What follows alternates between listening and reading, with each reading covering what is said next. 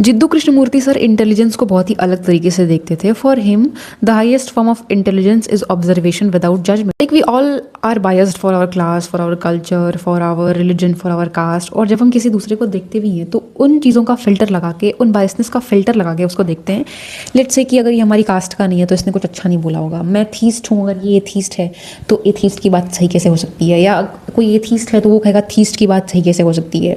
क्योंकि हमने पहले से मान लिया है कि ये तो कुछ बोलेगा तो गलत ही बोलेगा। हम ये भूल जाते हैं कि हो सकता है उस मोमेंट पे उसने कुछ अच्छा बोला हो। बड़े एक प्री असम्पशन लेके चलते हैं कि बच्चा समझदारी की बातें कैसे कर सकता है, ये तो बच्चा है, ये समझदारी की बातें कैसे करेगा। हो सकता है बच्चे ने कुछ बहुत समझदारी की बात बोली हो जो आपने कभी सोची भी ना हो, पर चूंकि आपके पास एक प्री असम्पशन है कि ये तो बच्चा है, आपने उसको जज कर लिया कि इसने तो कुछ बात करी नहीं होगी ढंग की। एंड अपने इन्हीं बायसनेस एंड प्री असम्पशंस को हम हमेशा अपने साथ एज अ फिल्टर लेके चलते हैं। जब हम किसी से मिलते भी हैं तो उस इंसान को हम एज इट इज़ परसीव नहीं करते, बल्कि एक जजमेंट लगा देते हैं, एक फ़िल्टर लगा देते हैं कि नहीं अच्छा ये इस कास्ट से आता है, ये इस रिलीजन से आता है, या इसकी आइडियोलॉजी ये है, तो इसने जो बात कही है ये वहाँ से इन्फ्लुएंस्ड है।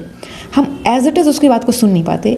एंड इसी को सर पॉइंट करते थे दैट इंटेलिजेंस इंसान वो है जो चीज़ों को एज इट इज़ परसीव करे। ऑनेस्टली इस डेफिनेशन के हिसाब से कोई हार्वर्ड से पढ़ सकता है, कोई जेई टॉपर हो सकता है, कोई यूपीएससी टॉपर हो सकता है, फिर भी वो बहुत स्टूपिड हो सकता है। एंड कोई नॉर्मल सा इंसान भी बहुत इंटेलिजेंट हो सकता है।